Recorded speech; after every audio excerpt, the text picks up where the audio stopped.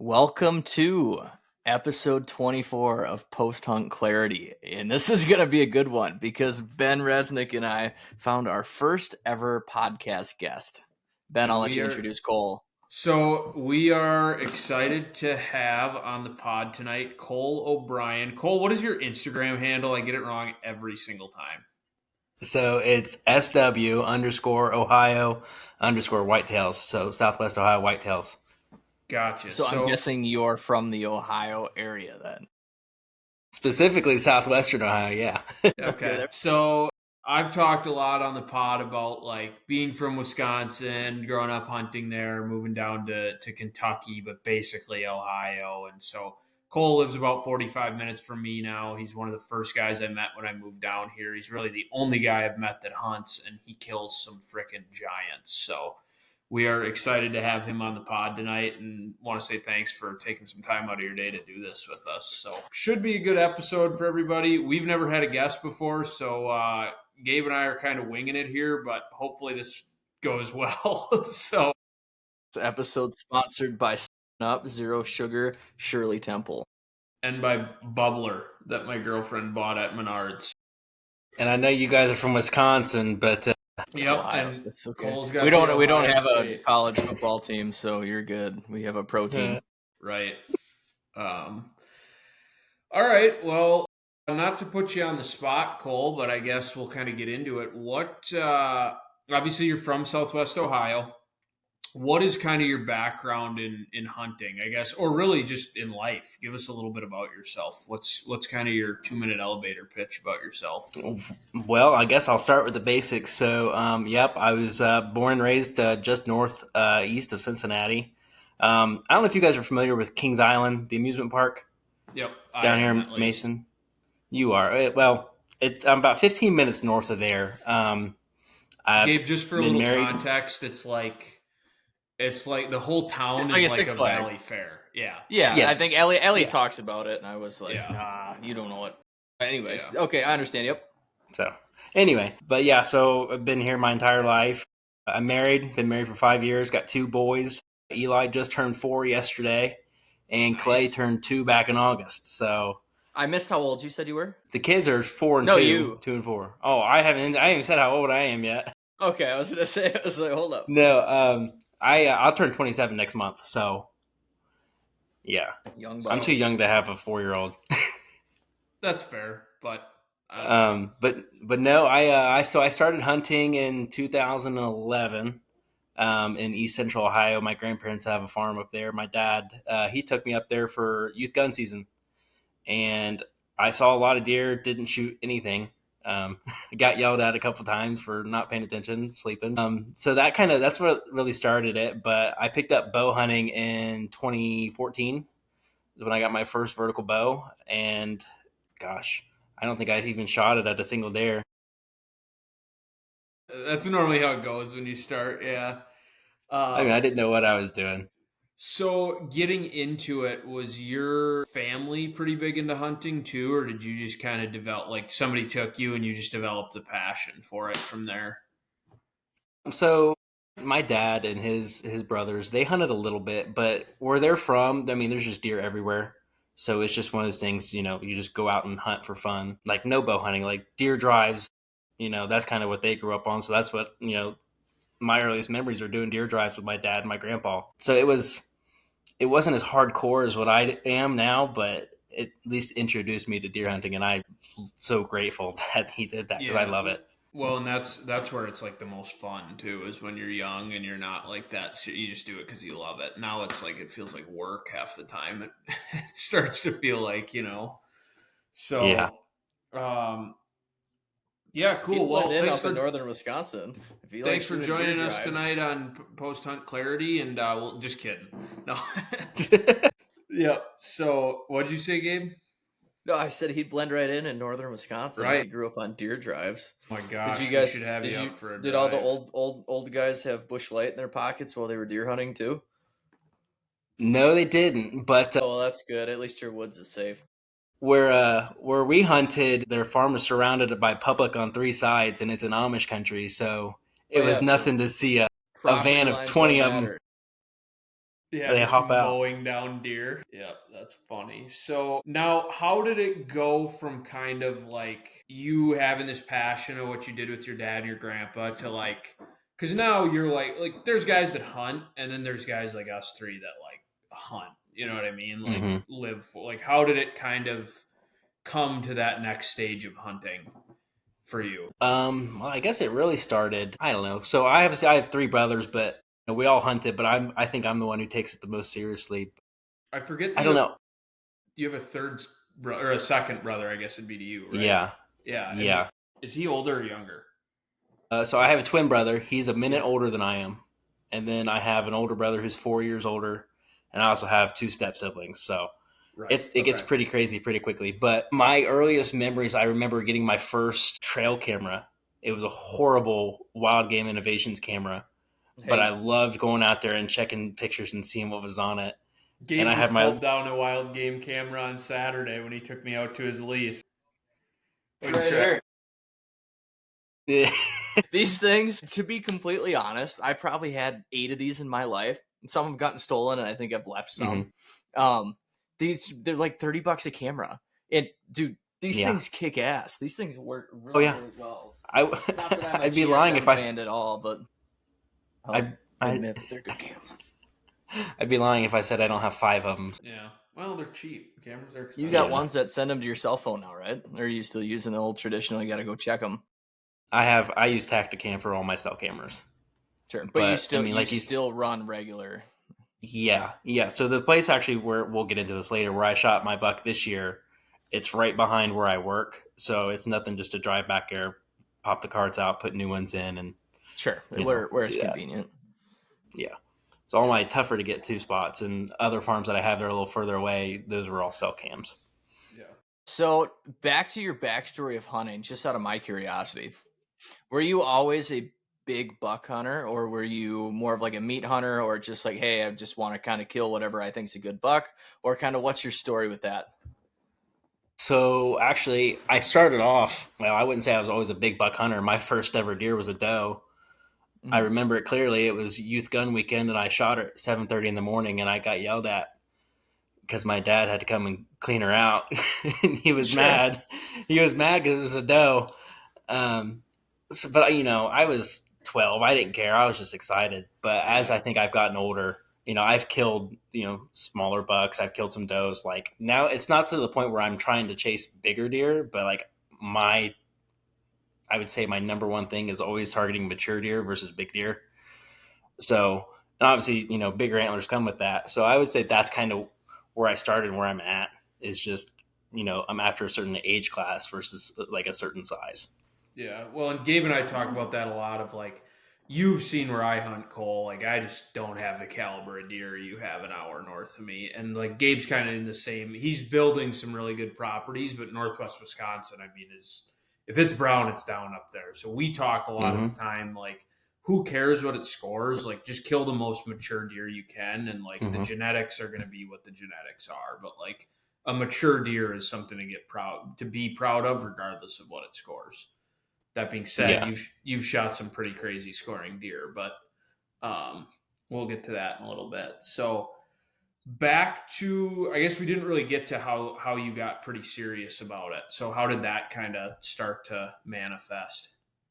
So I think I was probably in high school. And so unfortunately, like I said, where I grew up hunting family farm, it's 2.5 hours away. So it's hard to get up there, during the school year and actually hunt. And with football and stuff, it was just tough. So I really started to hunt public land, which looking back now was a horrible idea. There's a pumpkin patch out there. But it was, it just, as long as I was in the woods somewhere, like I was happy. So like, I just kept building on that. And then when I started dating my wife now, I asked for permission to hunt there, 250 acres. And it was a very seldom yes, but I got it. And ever since I got permission on that property, there's always a good buck out there. So I'm like always out there just checking cameras. So like, I would say that's, finding a place to hunt and it being like consistent with decent deer. I would say that's what, got me into being a more serious hunter, because it's more fun when you actually, have something to go after. Yeah. Once you start having deer around, it gets pretty addicting. So did you marry her because she came with land? Just curious, because I'm like, I'm like, Ben and I don't think are on that fortunate side, but I was always curious if somebody would just, do it. I would say no, I didn't, but it's a perk. So It's a perk, yep. Attaboy. Yeah, Gabe. We don't have that luxury with our It's ladies. crazy, right? Like, I love my wife. She's the girl for me forever. But growing up, if you'd have asked me what I was looking for, I'm like, I'm looking for a girl that's got a daddy with 400 acres, and I married a beautiful girl that has a dad with about 0.2 acres in downtown Lexington, Kentucky. Yeah. Yeah. So, Yeah. Way it goes. That's right. So this whole having a guest on is interesting. It's hard to know what to ask and where to go next, huh? Well, all I can hear is your chair going back and forth. It's the loudest thing. Really? It's bad. We can cut that out of the audio. Normally, like So- when I'm on Teams calls and stuff for work, like it cuts that out, but I guess not. So I'll try and hold more still, I guess. What brand of bow, Cole, do you shoot? I guess I have the wrong hat on. I shoot a Hoyt. He Okay. shoots one that kills deer. He's not a Matthews guy, like No, other I was people just on asking this podcast. if he was sold. I'm not set on Matthews. No, They I just know. give me No, a I've- discount. So I've had 3 different. So I started with a diamond. Was my Yep, first same. bow. razor Horrible. edge. Yep. Wouldn't shoot straight. It was awful. So then I graduated to a PSE, just like a basic stinger. Great bow. I was a horrible hunter. I missed 2 different bucks with that thing. Yeah. And then I finally saved enough money and got a big boy bow. I got a Hoyt, and I've killed 3 bucks with it, and I've had the bow for 4 years. So we'll just sum it up to it's the bow. Yeah. Oh, there you go. That's So- curious what people use. Oh, yeah. So I guess getting into now, I only know you in your more recent years, Cole. I didn't meet you till last year, but that's kind of when you started killing some really big deer, isn't it? Like last year was kind of where you kind of took that next step to like some really high caliber deer. So tell us that story. I'll preface with you killed what? It was just over 160. It was Yeah. Okay. So, what was that story? I mean, was it a deer you had on camera for quite a while? Just something random that showed up? What was kind of the background of your season? When did you kill it? Just kind of the whole rundown. Yeah. So that one, well, I mean, that season in general was a roller coaster. But that buck, hang on a second. I'll tilt my screen. He's actually behind me here on the wall. Oh yeah, yeah. So- Yeah, like that's good deer. Thank you. And I'll send you some more pictures later. But so yeah, that season, actually it started in 2022. I had just shot my first buck with a bow. He was a really wide 6-pointer that went a whopping 97 inches. It's not bad for a 6-pointer. No, but so it was one of those things. I didn't have a lot on camera, and he walked in front of me chasing the doe, and I was like, well, not letting this opportunity pass. So I shot him, and get the first one under your belt. It's absolutely fine. I was so excited. I was like, I just shot a deer with a bow. This is the greatest feeling I think I've ever experienced. Yeah. So then, probably a couple days after that, I mean, that was November 19th is when I shot that buck. So not even a week later, I get pictures of this really nice 10-pointer with a sticker on his Jeep. And, he looks to be 3 or 4 years old. And I was like, that's a nice deer. Now, I hunt with my brother-in-law, so I'm sending him the pictures. I'm like, hey, come down here and hunt this deer. But, he never comes down. The deer hangs around until the 1st of December and disappears, and that's that. 23 rolls around. Cameras are dry. I got yearlings, probably 6 yearlings, and, just spikes, and it's just a bunch of young deer. And I'm like, so I started going around door knocking. Got two different places to hunt. So I focused most of my time over there. But 2023 season came and went. My second child was born in August, so September, October, November I wasn't in the woods that much. Yeah. Rightfully so.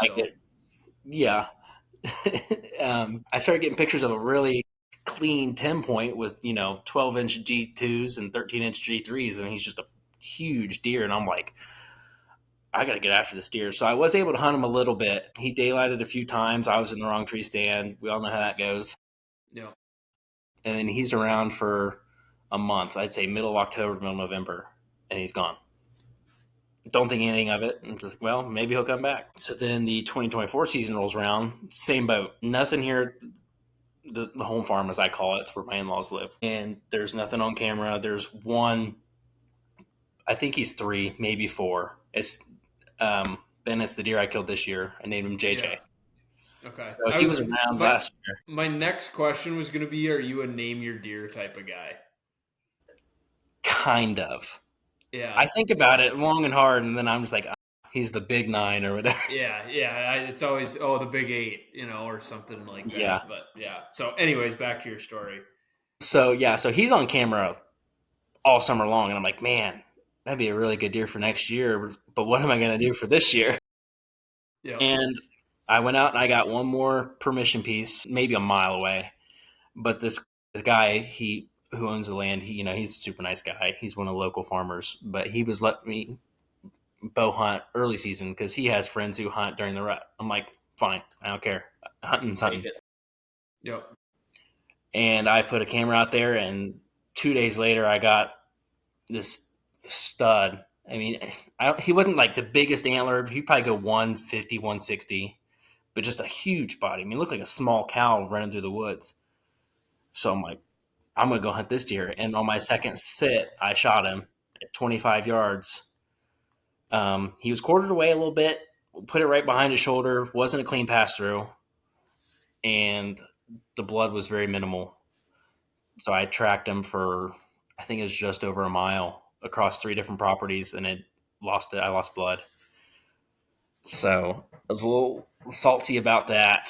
So sidebar, not to cut you off, Cole, but this is when like you and I started like kind of talking through social media. I remember you shot that deer and you put it on your story, and we'd been messaging a little bit, and I messaged you and I was like, hey, like I didn't know how much you had looked or whatever, but I'm like, do you want me to come help?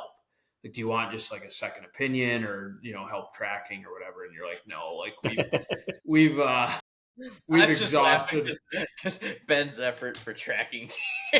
What? Not saying you're bad at it. You're just like, I think he's saying you're bad at it. Yeah, I think he is too. It's just, yeah. Well, okay. I just thought it was funny. Ben's like, yeah, I'll come help. Yeah, I don't know. In my head, I'm like, I gotta meet this guy. Like, I gotta, he's the first and only guy I've met that hunts around here. Like, he's close to me. So, yeah. But no, I just genuinely wanted to meet you. But anyways, back to your story. But yeah, I just thought that was you're fine to throw in. Yeah, and I'm not bad at tracking deer. The last one we tracked was in frickin' prairie grass with no blood. I know that's there like was blood if we would have maybe gone slow. Different story for a different podcast. That's right. Sorry, gotta readjust here. So never found that deer, and talking to the landowner who owned the land where I shot the deer, he's like, don't beat yourself up about it. It happens to everybody. Get back out there. I'm like, all right, fine. Well, I didn't hunt his property anymore, so I went back to the home farm, and I had a cell camera out there, but like I said, with it being easy access, it's mostly SD cameras. I can just drive back there and swap out cards.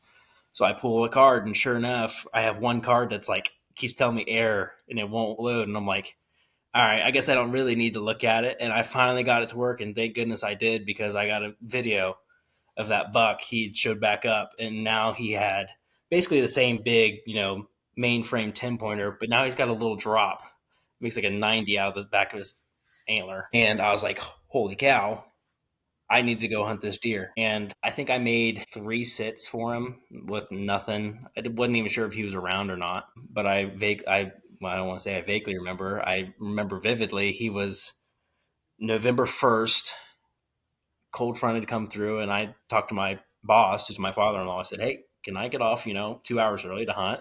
He goes, yeah, okay, that's fine. I don't care. And so I had a spot, picked out overlooking this scrape that, usually anything coming or going to the woods will hit this scrape, on their way. So I'm like, well, I'll just set up. I have a perfect tree for a climber. And I decided, I was like, well, let's just get in there. Didn't see a single deer until about 6:45. I saw couple small bucks chasing a doe out in the field. And the way I'm set up, everything to my left is just like sun. Like I can't see the sun setting. So I'm like, when that sun goes down, I'm going to look to my left and see what's over there.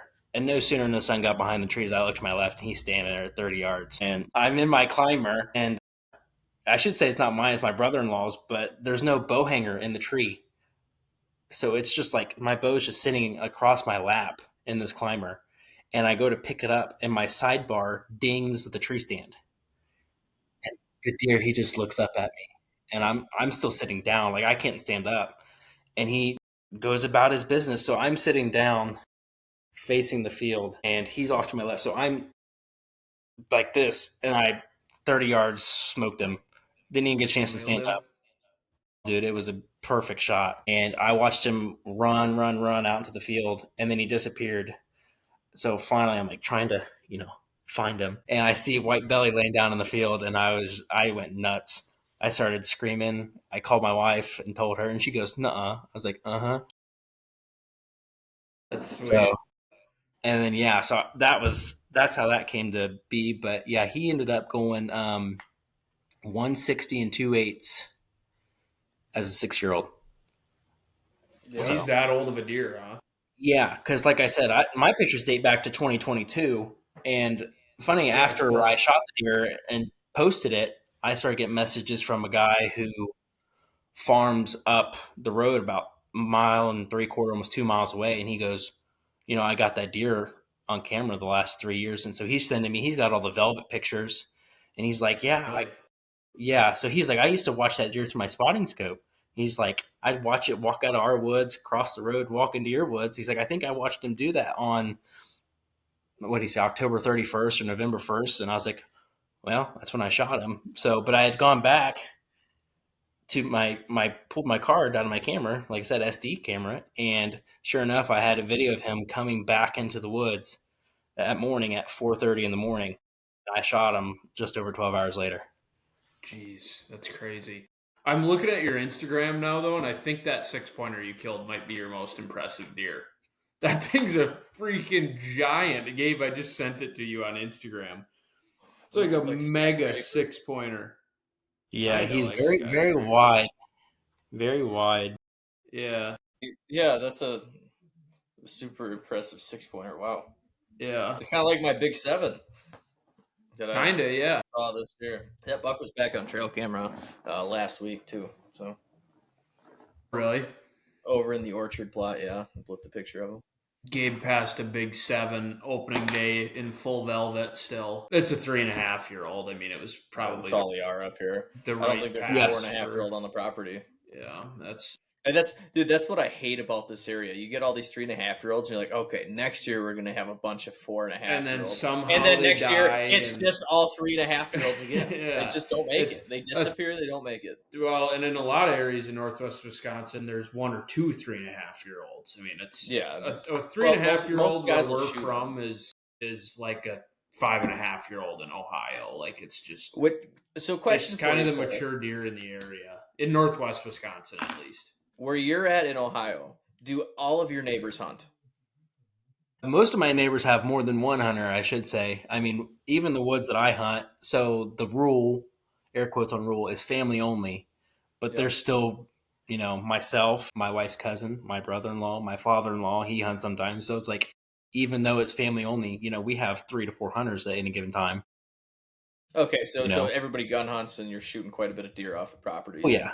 The neighbor next door, he's curious because I'm like, I don't know if you guys have insane where like everybody hunts and everybody's shooting something and yeah, the neighbors especially they're the if it's brown it's down. So and they're nice people. I get along with them and I share pictures with them sometimes and stuff, but they drive me nuts because one year he went out there and he shot a smaller buck and he's like, "Oh, I didn't find it." So he shot another buck the same day. Ugh. I'm like, well, Ohio's a 1-buck state. So I'm like, if that first one died, you're going to be in trouble, dude, because I don't take that stuff lightly. Yeah, I'm not going to lie. I would narc on the neighbor. I don't even care. Like, if you were to do that, I'm narking on you, just so you know. But, so yeah. But, like, our property, it's 200 acres of ag and only like a 50-acre piece of woods in the back. And it's the biggest one around, but it was logged out about 10 years ago. So it's like super So it's nasty thick, and thick. So we have like all the deer stay in our woods. But I know for a fact that the neighbors I just spoke of and then the farmer behind, they have sets right on the property edge. So as soon as they step out of our woods into theirs, I mean, they're just letting them have it. Yeah. Okay, so Yeah. it sounds like we're hunting similar situations. Everybody hunts, small acreage, neighbors are shooting whatever. I still think, and not to take anything away from what you just said, Cole, but I mean, Northwest Wisconsin is like freaking everybody hunts. Like, We just got people that are It's- jamming 5 guys on every yeah, 40 I mean, acres, it's like like- Pennsylvania. so where I grew up hunting, Cole, like it literally would be my grandpa owns 120 acres. It's me, my grandpa, my brother, my dad, my uncle, his anywhere between his 1 to 3 kids would come with. Like, so you've got at least 8 or 9 guys in 120 acres. Then the guy across the street owns like 600, but they have like 15 to 18 guys that come and hunt it. And then the people that are to the west of us, they have like 80, but they have like 4 people hunting. Like, that's just Wisconsin gun season. Like, it is insane how many people hunt. They close schools during the gun season. Yeah. It's Yeah. nuts. No, so it's it's the not like greatest that. week of the year. Like, it's I'm sure. everybody. I mean, the world stops so that people can hunt in Wisconsin. You know, it's fun, but a lot of deer get killed. And So not a lot of big deer get killed. Yeah, we're nothing like that. But like I said, where I grew up hunting, where my dad hunted, they would get not the whole week, but they would get the first day of gun season off of school. Yep. So Yep. obviously, So- we're. Go ahead. It's Sorry, I was just gonna say, like I said, not to take anything away from that for you, because I mean, pressure is still pressure, but it's like we can change the subject. I just looked it up, the statistics. So in 2024, Ohio had an estimated 388,000 hunters or licenses purchased for deer. In Wisconsin, had 791,000. So we have 400,000 more deer hunters. Just that's statistics. But I was just curious because I'm like, I want to blame it on something, and I'm just like, it's got to be a part of that. Like, I'm looking for an excuse. Yeah. So I digress. So now the cool story, the main one I wanted to have you on the pod to talk about is the deer you just referred to as, did you call him JJ? JJ, and I'll tell you how I came up with that because his resemblance to the Jim Jordan buck. He's a mainframe 10 with lots of mass. Yep. So that's kind of where I got that. Well, I'm trying to think if it would be best for me to maybe set the stage. So Cole's got this deer on camera, and he comes and he helps me hang some stands in like July maybe or something. I think so. Scout my dinky little property that has like 4 deer on it, and they're all does. Got a bunch of cows. Yep, and there's 5 times as many cows as there are does or deer. Anyways, and he's like, hey, don't tell anybody this, but he shows me this picture. He's like, this showed up this week. And I'm like, oh my word. Like, that is a giant. Like, that's a mega. And so, time goes on, and he's texting me pictures of it periodically, and like just kind of, when you showed it to me, it was still growing a little bit. So you're kind of sending me pictures as it gets closer and closer to being done growing and as season's rolling around. And Ohio deer opener's late. So, I mean, you didn't even get to hunt him until a few weeks ago, but I'll kind of leave it here and let you backtrack as much as you want. But you were out hunting the first morning and you put something on your story, and I texted you and I'm like, good luck, man. And you're like, he's here. He's 120 in closing. And then I'm like, oh, it's on. So anyways, kind of start where you want with that story. If you want to start kind of back to even previous years, feel free, but it was kind of fun just for me to watch the whole progression of it. So I guess it would have started in the spring. We went shed hunting. Didn't find anything. I will say where I hunt, it's like right next to an interstate. So we found, I think, 7 deadheads. Obviously, some of them new, some of them old, but like no sheds, only deadheads. But so I'm like, well, he was around all year. I had him at the end of, because Ohio has an extra gun season, a weekend like right before Christmas. And he actually daylighted in our woods the last evening. So I'm like, well, nobody's back there. He's going to be safe. So I knew Is that a you doe know, only season, or can you shoot bucks during that season? you can shoot bucks. And it's just like an extra 2 days, or what? Yeah. So Ohio gun season is usually the first week of December, and Okay. then I think it's 2 weeks later is where they come up with that. It's just a Saturday, Sunday, and then it's a break until beginning of January when muzzleloader comes in. Gotcha. Okay. But nobody muzzleloader hunts back there. I have one, but I've never shot it. Yeah. So, like I said, I knew this deer was safe. But coming into this year, he was number 2 on my list. There was a 5.5-year-old. I didn't really have a name for him, but I called him just the wide 9 because I think his inside spread was every bit of 24 inches. So he was going to be number 1. And this year, JJ was going to be number 2, just because, last year was he 3 or 4. This year, 4 or 5. But the wide 9 never showed. But JJ did. And my first pictures of him were in early June. Not much going on, obviously, but I had noticed that his main beams had gone, really tall, and they had like clubs on the end of it. I'm like, that's going to be a big deer. But as summer went on, I'm putting out trophy rock and just hanging up. Like, I think I had 2 cameras out, just keeping it really light, I guess, on the pressure. But he was semi-regular, come in every 2 or 3 weeks, nothing crazy. But I remember going out and checking my camera.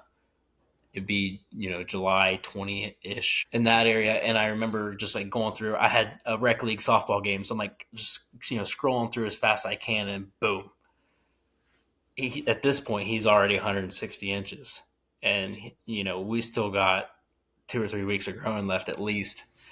And I'm like, taking pictures on my phone and my screen, like, holy cow, I'm going nuts. So then I come back and I finish checking all my cameras, but I had noticed that he only stayed on this one camera, like right on the edge of the woods, which meant he was probably spending most of his time out in the middle of the bean field. Like I said, it's 200 acres of ag, and then just one little parcel of woods.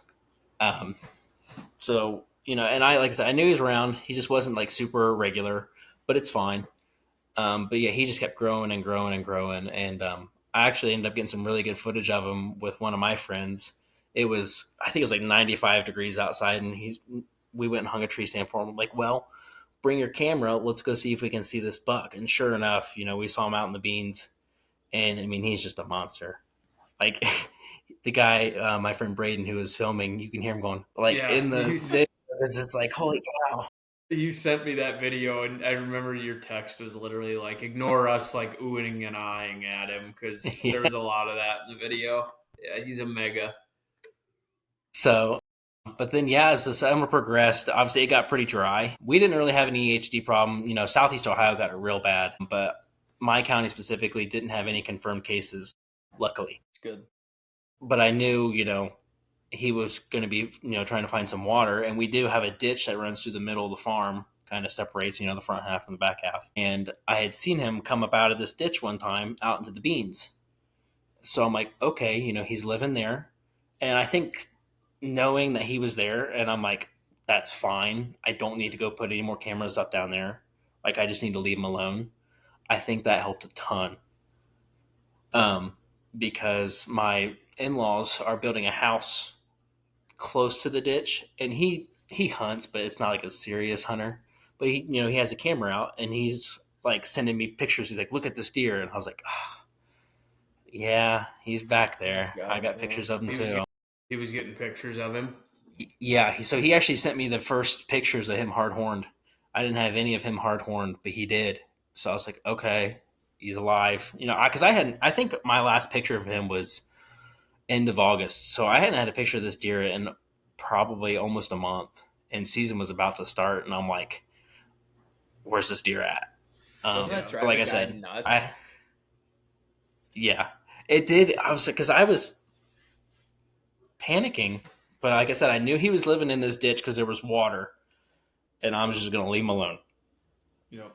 So, but yeah, so then I think it was 3 days before season starts, I finally get a picture of him, but it's nighttime, and he's working a scrape. And the whole time I'm thinking, he's got a pretty small body on him. I don't know how old this deer is. But I think it's just the area. I have like a genetic pool on that farm that there's a lot of deer with small bodies. Because I had pictures of a deer, gosh, I think 2 or 3 years ago. I named him Skinny because the first picture I had of him, he looked like he weighed about 150 pounds. Yeah. But he good size antlers. So I'm like, okay. So I think that's part of it. He's just a small body. But, like I said, finally got some heartworm pictures. He's alive. Season's coming up. And I remember talking to my wife. I'm like, hey, a small cold front came through. Like, I want to hunt opening morning. And she goes, well, I work overnight, 7 p to 7 a, so I won't be home in time for you to leave. I'm like, all right, it's fine. Not a big deal. I'll stay home with the boys and do whatever. Well, sure enough, about 7:45, my phone goes off and it's Tacticam, and I look, and there he is, 30 yards in front of my stand with like 6 or 7 other deer. And I'm just like, oh.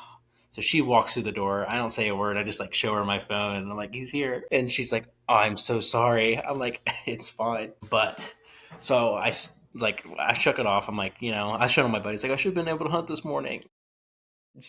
But looking at the weather for Sunday morning, it was going to be identical, like mid 50s with like a slight north wind. I'm like, that's perfect.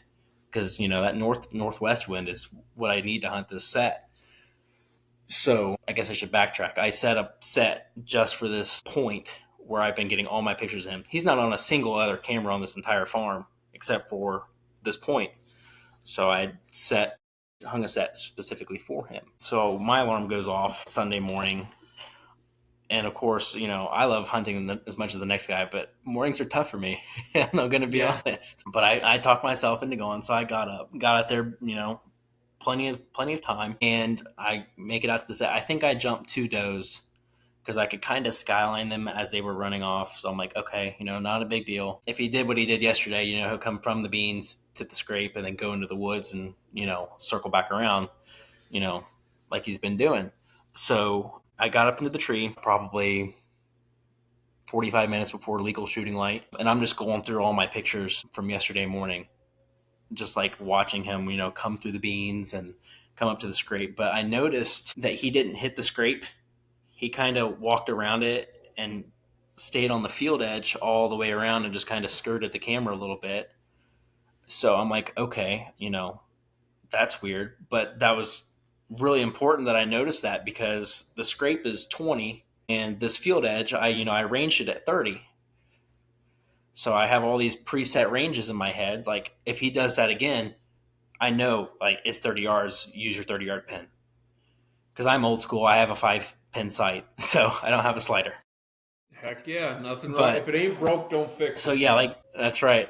So like Ben said, I messaged him. I'm like, I can see him out in the field. And I think I texted you when he was at like 150, but I saw him at 300. Like that. And all you can see is just a wall of antler. But he wasn't coming towards me. He was kind of paralleling the trees, so he was going to just go past me. And for whatever reason, he started he basically did. He took a zigzag through the field. Wasn't a straight line. He would come this way, and then he'd go back that way, and he'd come this way. And I'm like, what is he doing? And I'm sitting here freaking out because he's walking towards me, and I had forgotten my bino harness, so I'm using my rangefinder trying to like watch him come through the field. And I'm not paying attention, and there's a doe 20 yards right in front of me, and she's doing, the wind's in my favor, but she eventually gets behind me, and she just starts doing laps. I think she walked 2 complete circles around me, just trying to figure out where or what I was, and eventually she just gave up. So luckily, she moved off as those deer started to come in, and sure enough, he was with 2 smaller bucks, and the lead buck, he started making the scrape, and he was hiding behind some trees. I knew he was there, and I was like, if he breaks left, he's going to go right along that field edge right at 30 yards like he had done the day before. And sure enough, I pick up my bow and I'm ready, and he starts walking to the left right where I had ranged earlier. So I had drew back and I was ready. I'm like, as soon as he steps out from that tree, I'm going to let him have it. And so he steps out and I'm full draw. I'm ready for him. And I just try to stop him. Man, nothing. Man, just keeps walking. And I'm like, I'm yelling at this deer. And the little buck that's hitting the scrape is like looking at me like, what is going on? And he just keeps walking. So I put it right in front of his shoulder, thinking that, at 30 yards, he takes 2 steps, it'll hit right in the lungs. So I let go, and it all happened so fast because, like, hindsight's 2020. I can see where I ended up hitting him, but I'm like watching him run away, and I'm pretty sure I see my arrow sticking in his ham, basically, in his hindquarters as he runs away, and I'm like, oh no. But as he's running away, I'm watching it, and I can just see blood pouring down his leg, almost like a stream. So I text a couple guys. I'm like, hey, I shot him.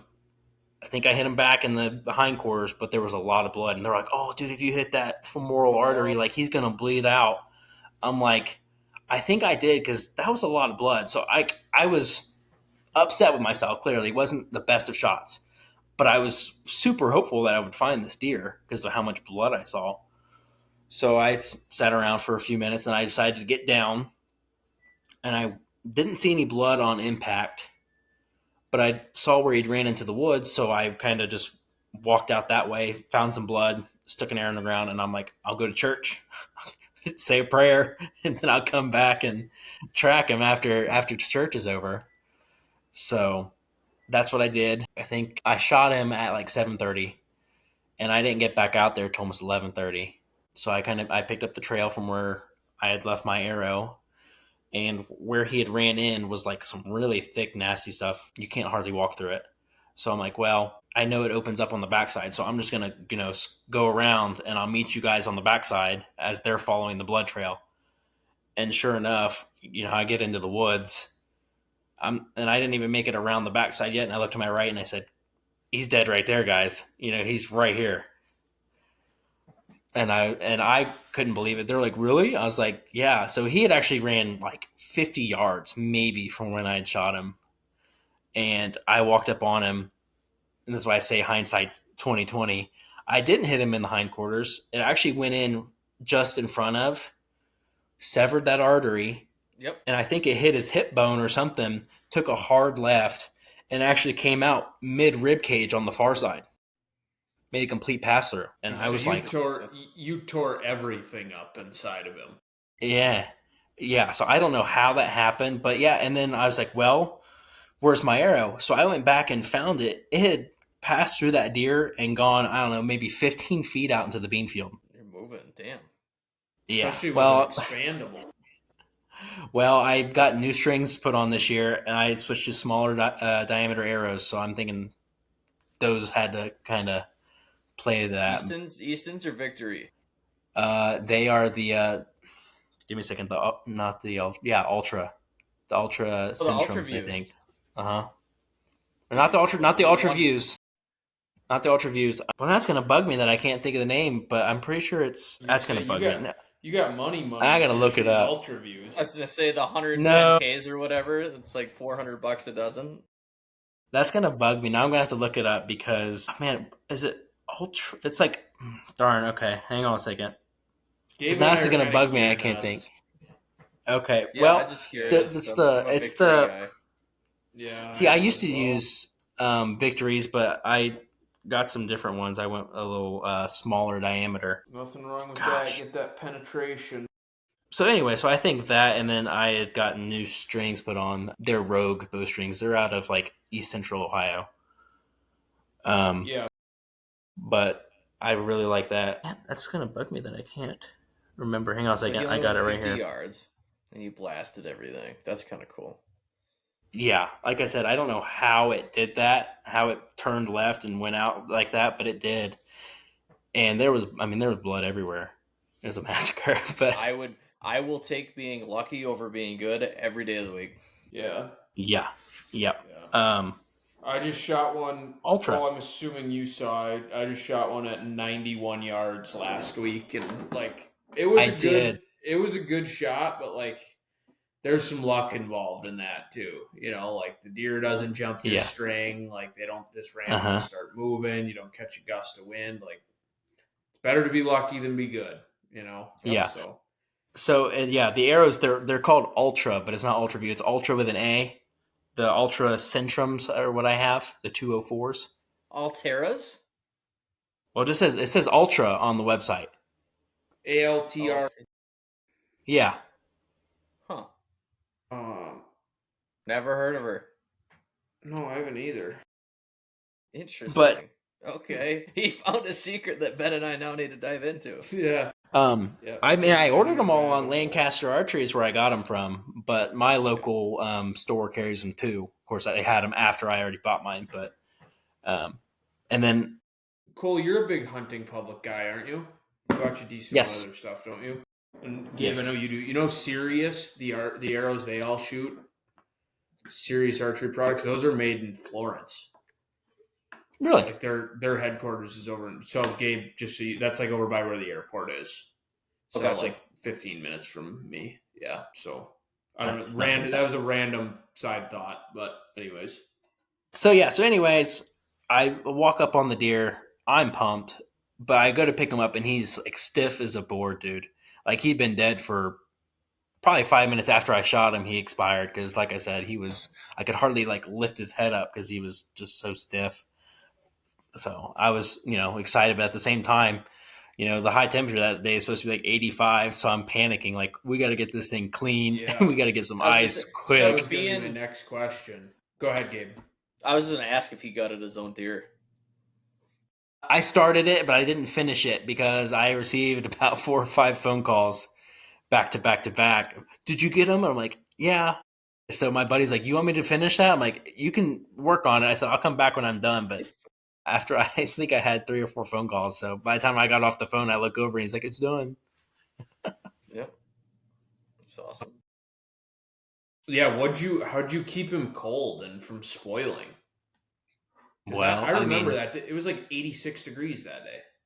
It was hot. Yeah. So I just went to the local carryout store and I'm like, hey, I need 2 large bags of ice. And she goes, all right. So of course, I'm out there trying to stuff them into my deer and people are coming up. Oh, that's a nice buck. Where'd you shoot him at? I'm like, I shot him on public. Yeah, right. Yeah, here's the waypoint. The local honey hole. Well, Gabe might know, or Ben might know, but we have public hunting like 5 minutes from where I shot this deer. So it's like it's believable. But yeah, I told one guy around the corner, but so I'm trying to get ice on this deer, and they're like, "Oh, where'd you shoot him at?" And they're coming over taking pictures. I'm like, "Look, I said I'd love to sit here and chat, but like I gotta go." yeah. Well, I had my truck has a rollover tarp, so I was able to kind of like keep him out of direct sun, and keep some ice on him. But I had a couple people that wanted to see him, so I had to stop. And then I finally took it down to the processor, and he caped it out for me while I was there, which was nice. So then I could just take the cape home and throw it in the freezer. The freezer. Yeah. Nice. Which was all, fun and games until I put him in there and he expanded a little bit and got stuck. I couldn't get him out of the freezer. I mean, Ben came up and saw him. It took everything I had to get him to fit in there. To have your buck is too big; it doesn't fit in the freezer. It was, dude. This thing is giant. So, anyways, Cole. Without further ado, what did he score at? So I wrote it all down because I knew you'd ask. So he scored as a 12-pointer. And I talked to the guy. So his name is Ed Waite. He's a Buckmaster scorer up in Dayton. He's the one who did it. And I noticed he put 12. I said, so what defines a scoreable point? Because he had a couple like stickers on his bases that were questionable. And he said 1.5 inches. And I was like, I always thought it was 1/2 inch or inch. So that's Buckmasters, not Boone and Crockett, correct? Yes. Yep. I guess. Differently. Yep. But I was talking to a friend of mine, and he said that a Buckmaster scorer told him it was something different too. So I was like, well, it's fine. There's stickers that are about 1 inch long. It's not going to make a huge difference. So as a 12-pointer, he went 178. He had exactly 40 inches of mass. Oh my gosh! And he had I have no idea what my Booner scored. I don't even remember the sheet. So that sounds about right. Yeah. That's 5-inch mass measurements all the way through. Pretty much 20 and 20 gets you 40. Yeah. So he had his bases were just over 5. I think his greatest circumference measurement was between 3 and 4. It was 6 inches even on one side, and I think 5 5/8 on the other. Like I remember trying to wrap my hand around it, and I had to use my middle finger and my thumb because that's the only way I could get my hands around it. Jeez. And then I deducted his abnormals. He had 2 abnormals That's part of the reason why he got stuck in the freezer. He had that little thing come down, and it got stuck in the freezer. Yep. As a mainframe 10, he went 172 and 7/8. Wow. That's net. the net. Well, that's net. So that's without abnormals. Yeah.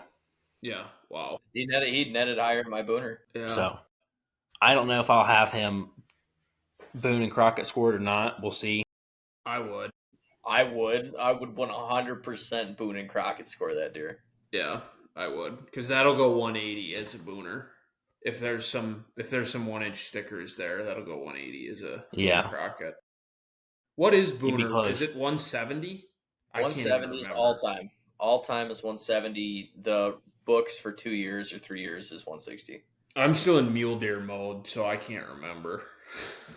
Yeah, no, gotcha. on whitetails, 170 is all time Boone and Crockett. Yeah, so you got a Booner either way, I guess, Cole, but it'd be cool to crack the 180 mark. So yeah, it'd be close, but I'm going to take him. So Ohio has what they call the Buckeye Big Buck Club, which they use the Boone and Crockett scoring method. So I am going to take him and have him officially scored by them and entered into the Buckeye Big Buck Club. Yeah, because their requirement I think is 160. If I'm saying that right. Yeah. So he'll make buck, it. Is your other buck part of that then too? Last year's buck? No, he's not, because his total inches I think was like 149. Oh, it has to be. So net. Yeah. So, okay, gotcha. That's what I said. They use the Boone and Crockett scoring for that. Okay. Which he's like, it'll go Pope and Young, but not Buckeye Big Buck Club. I was like, it's fine. I don't want to pay for that. You still have, I bet you still have to wait another 30 days before you can have Boone and Crockett score your deer, because it's a 60-day dry period, right? Yes. Yeah. So you're probably only 30 days into it or something like that. Yeah. So. Yeah, almost. Is that still in your freezer? Or have you taken him to the taxidermist? No. He's at the taxidermist. You just get. I just left it with him. Yeah. Little one done. Go on a antler flag. Stick him on the wall. Yeah. But no, so I just left it. I left it with him, and I told him, I was like, well, I'd like to get it back because I know I invited you, Ben, but that expo they have in Columbus every year, so I'd like to get him back in time for that, but it's not until March. He's like, well, your whole mount will be done by the time that rolls around. So I'm like, oh, that's perfect. I said, I don't need it. So he has it. It's getting mounted, but he said it should be done probably in March sometime. So I'm excited to get him back. I was the second person to drop off a deer to him, so I am number 2 on the list of getting him back. Nice. Well, if you don't mind me asking, what does a shoulder mount cost in Southwest Ohio? It varies. So I called one taxidermist, and he was, I think, $900 for a shoulder mount. Yeah. I tried to ask him for a Euro mount. I think it was that 6-pointer I shot. I called him about doing a Euro mount, and he told me it'd be $350 in 6 months. That guy's raking you sideways. He's beating you with a stick, dude. That's bad. Okay. Well, I'd never taken a deer to him, but he's close to me, so I was like, well, at least ask. Yeah. And he's like, if you bring in the hide, I'll give you $50 off. I was like, okay. So I called my taxidermist I'd been going to. I said, hey, I want to get a Euro done. He's like, $150 in 3 months. Yeah. I was like, sold. Yeah, that's the guy I go to in Wisconsin. He's $140 for a Euro, and I know he does a good job. I'm willing to pay the little bit extra that it might be, but Gabe couldn't believe that I pay $740 for a shoulder mount is what my guy charges, and he does good work. So I'm fine paying that, but. Yeah, $900. Holy crap! Yeah, I was gonna say my taxidermist does mid work, and he's around $480, and I'm not paying over $500 to mount a deer. I'll just cut their heads off and slap them on the wall. Hey, there are few things. There are 2 things that I've thought of in life so far, though, that you will have for the rest of your life, and they are deer mounts and tattoos. So you might as well pay to have good ones done. There you go. So yes, so the $900 guy is not my taxidermist. My taxidermist, Ben said, mine's $750. Okay, yeah. So ours are the same. Yeah, I did get a number from a guy who does it for $650 and does really good work, but it's an extra 20 minutes, and I'm like, yeah, and do I really save money now? Right? It's in my industry too. I'm probably on the higher side of what people do for media and marketing, but I get the clientele that I want. People are willing to pay me what I want. So it's, like, I get it. It's got to be worth their time. And it's honestly crazy to think like how much work they put into tanning a hide, getting the Mackenzie mount or whatever, and then like painting the eyes and the nose and all the whiskers and stuff like that. Like, dude, there's a lot of people out there that don't realize deer have whiskers. Yeah. Like, isn't that Yeah. crazy to think about? I don't know why I just thought about that, but I'm like, Yeah. there are people like, if you were to be like, yeah, did you realize that deer had whiskers? They'd be like a cat. And it's like, yes, they got whiskers. Like Daredevil. Daredevil. Yeah. So, Cole, one of the things that we talk on here a lot about is like our difference in jobs. So, like, Gabe owns his own business now, and he is in a kind of the boat of like he can hunt quite a bit because he works for himself. I am more like the 9 to 5 and now have to be a little bit more of that like weekend warrior ish. What does your job allow you a decent bit of time to be able to hunt, or are you more kind of sticking to the weekends for that? So my technical job title is I'm an operations manager for my father-in-law's landscaping company. So like I said, that's kind of how it all works together, And he, like I said, he hunts a little bit too. So if I would, hey, we got done an hour early, can I go hunt? He's like, yeah, okay. And where I hunt is right behind the shop. So I just take all my stuff to work with me, go change, and just drive my truck out to the woods. So that definitely does help. And especially this time of year, like we're starting to slow down and deer hunting is starting to pick up. So in years past, I'm like, this is perfect. I can go out and hunt all the time. But now I don't have to. I think I've sat in the tree 3 times this year. Yeah, that's nice. So, what are you gonna do the rest of the year? Because if I was you, like I couldn't hunt 2 or 3 times and just be like, yeah, I'm good for the year. Like I'll wait till next year. Like Yeah. I'd be having to plan something. So I have a couple landowners that want me to shoot some does. So I actually went out this past weekend and shot a doe on Saturday. I hit her a tad back, which seems to be a recurring theme. I don't know why. It's weird. But and no sooner than I shot her, crease in the shoulder. Someone did tell me that on my buck because it did go right in front of his back leg. Yeah. But no, and then after she ran away, I look up and a coyote runs into the woods right behind her. So I climbed down immediately. I grabbed my arrow and I'm falling good blood, but I get to like one big pile in the middle of the woods and it just dries up. She's gone. So I'm like, great. So luckily, in my county, it's a 2 deer county. So Ohio's weird. So you have county limits and you have state limits. State limit is 6 deer, 1 buck. So 1 buck and 5 does. But my county specifically is 2. And since I've already shot a buck, I can only shoot 1 doe in my county. Which kind of stinks because, like I said, I have these landowners, go out and shoot me a doe. I'm like, well, we're all in the same county, so I gotta pick and choose who I guess I want to make happy. Yeah. That's So, tough. but no, I got does I need to shoot. I've been keeping an eye on a couple of my other spots. Like Ben, you saw the picture. My brother, he has permission to hunt with me on one of my farms, and I was keeping up cameras and keeping an eye on the deer. And I was like, hey, come up here and hunt this spot. I've been getting daylight pictures of a buck, and sure enough, he came up there and shot a deer. So at this point, I'm almost like guiding people to bucks too. So start outfitting, dude. Nah, I couldn't do that. I couldn't do it. Yeah, I don't know. See, I'm like shared success is like still success. So like if you or if like another buddy goes to go shoot a buck, I'm like, dude, I'll help you. Like I don't care.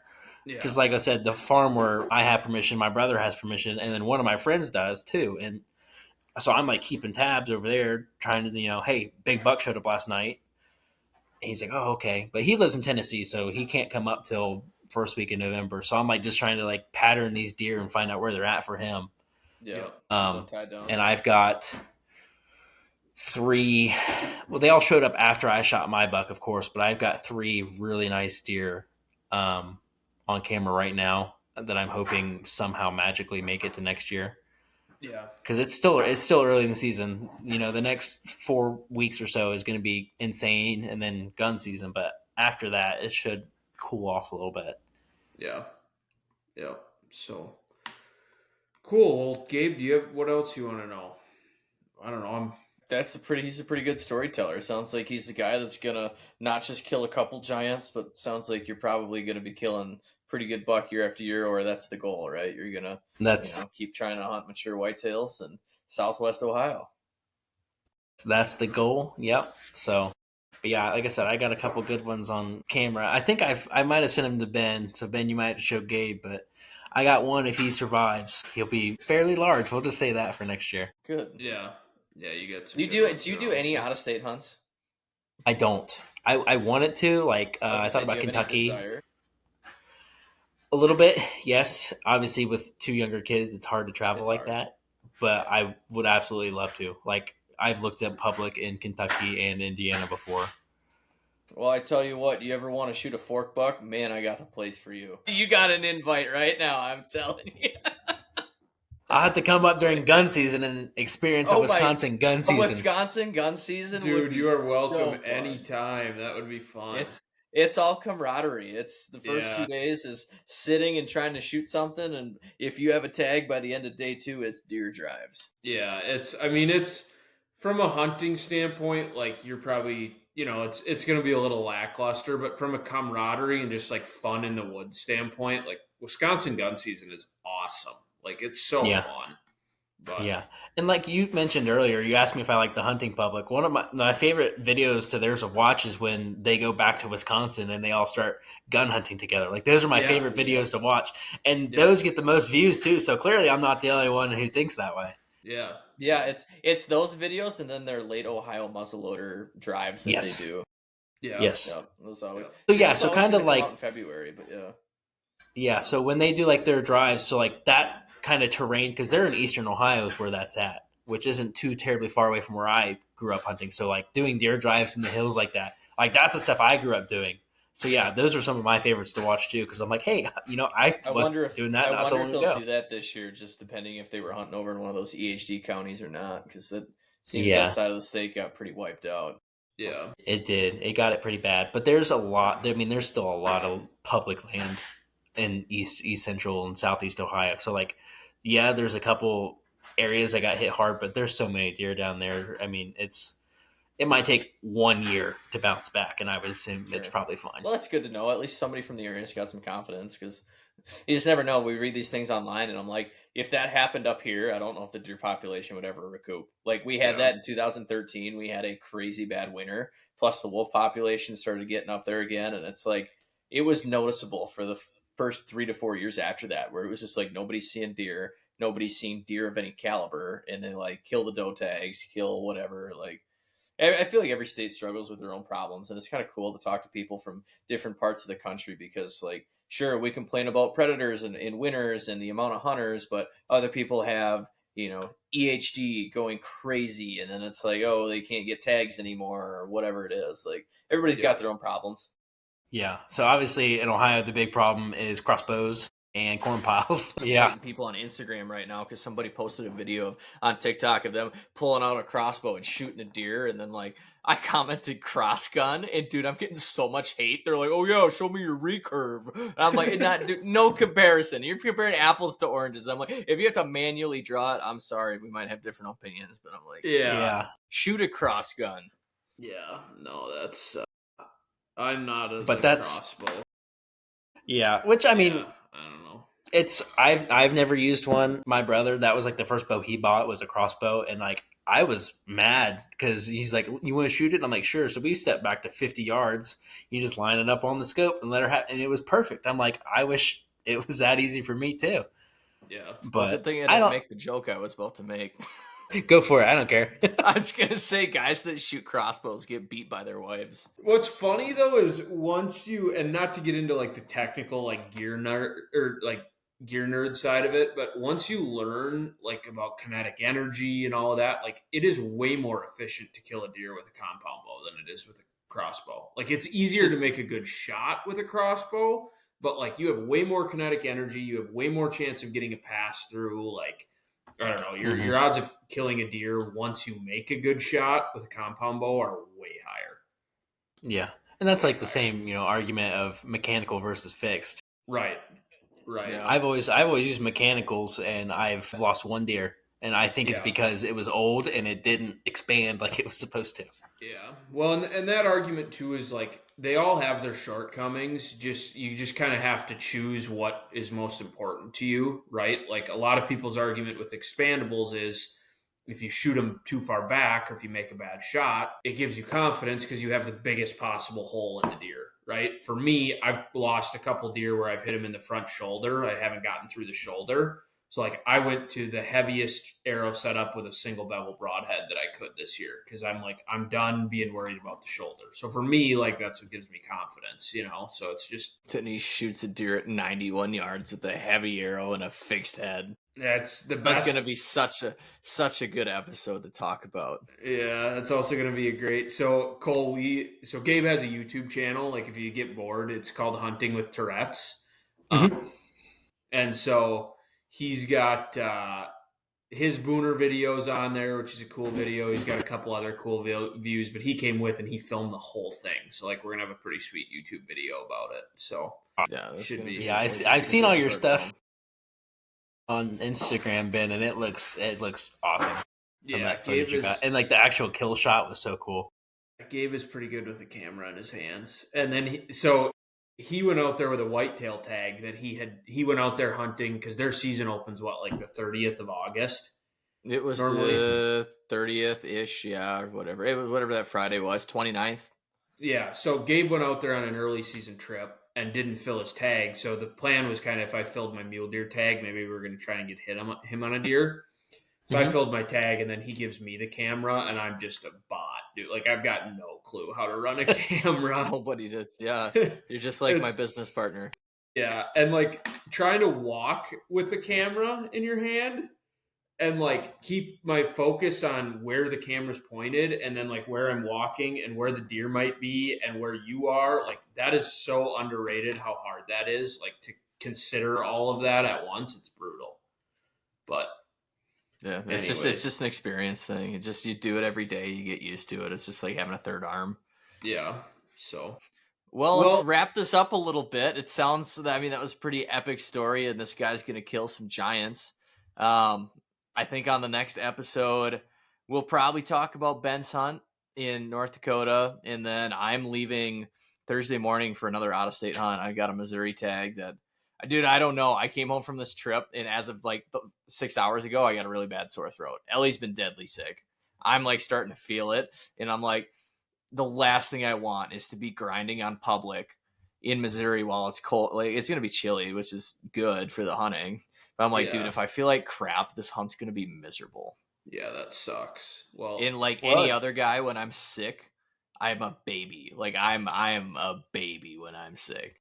Yeah. Well, you're going to Missouri starting Halloween. I'll be in Wisconsin. I don't know where in Wisconsin yet, but I'll be somewhere in Wisconsin hunting. Ben will kill a deer on my lease before I kill a deer on my lease. Dude, I'm going to come down there and kill nuts just to make up for the fact that he's the only buck. He's the only target buck that hasn't shown up yet. I've had 5 bucks chasing that. Like, dude, in that food plot tonight, I got 4 bucks chasing after a doe. Yeah, which is weird. And they're younger bucks, but Splits was on camera at 9 this morning. Like, they're moving.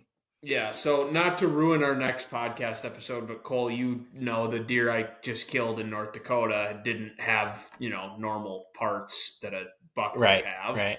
Well, Gabe has this buck on camera that literally its nutsack is like that big.